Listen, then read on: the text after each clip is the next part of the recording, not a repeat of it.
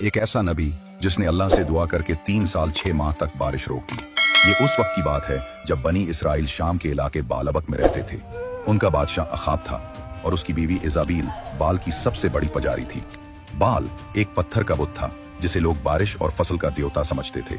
लोगों ने अल्लाह को मुकम्मल बुला दिया था और बारिश मांगते तो बाल से, फसल मांगते तो बाल से और जिंदगी की हर नेमत मांगते तो बाल से। अल्लाह ताला ने हजरत इलियास अलैहिस्सलाम को अपना पैगाम लेकर भेजा। वो अकेले खड़े हुए सीना तान कर चीखे कि ए मेरी कौम, क्या तुम अल्लाह से नहीं डरते? अल्लाह तुम्हारा रब है। मगर कौम ने हंसकर तंज किया कि तुम्हारी तन्हाई तुम्हें पागल बना रही है।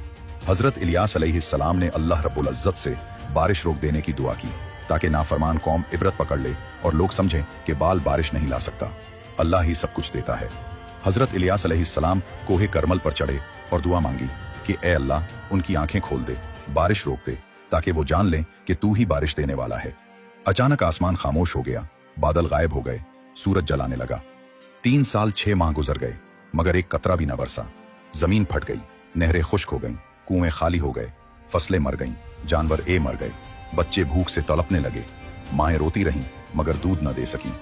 लोग बाल के सामने गिरते, चीखते कि ए बाल, बारिश भेज, मगर बुत खामोश रहा। ये वही 3 साल 6 माह साल का कहत था जो बाल पूजने वालों की सजा बना। अगला मोजज़ा और भी हैरान कुन था जो अगली वीडियो में आपसे शेयर किया जाएगा।